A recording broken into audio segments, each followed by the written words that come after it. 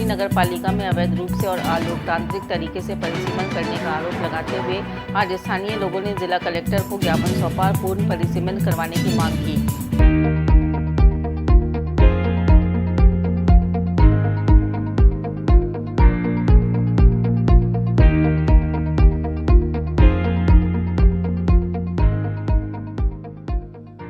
ज्ञापन देने आए टाटोटी के लोगों ने आरोप लगाया कि मनमर्जी से राजनीतिक लाभ देने के लिए परिसीमन किए गए, जिसमें वार्डों की संख्या और मतदाताओं की संख्या में बड़ा फेरबदल हुआ है। आज 27 अप्रैल 2026 को टाटोटी अजमेर का प्रतिनिधिमंडल यहाँ जिलाधीश महोदय के यहाँ ज्ञापन देने के लिए आया।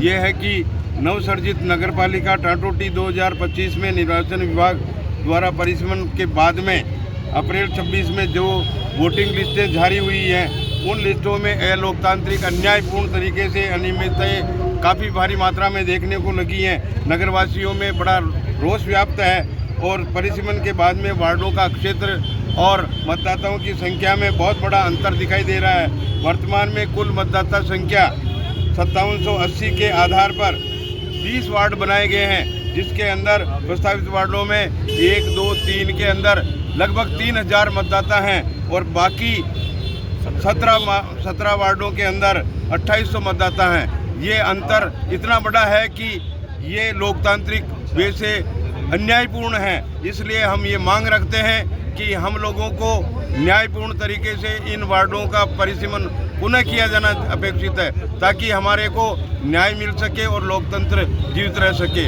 वरना ये अलोकतांत्रिक जो कार्य किया गया है ये बरतना योग्य है और हम लोग सभी ये चाहते हैं कि यहाँ से हमें न्याय मिलेगा। धन्यवाद। आपका परिचय? मैं जगदीश प्रसाद टाटोटी से और हमारा प्रतिनिधिमंडल और लगभग 200 आदमी आए हैं। यहाँ कलेक्टर साहब को निवेदन करने के लिए ज्ञापन भी दिया है और हम ये चाहते हैं कि हमें न्याय मिलेगा। हम सभी लोग गांव से एकत्रित होकर टाटोटी से और 1000-1500 की संख्या में कलेक्टर साहब के यहाँ ज्ञापन देने आए।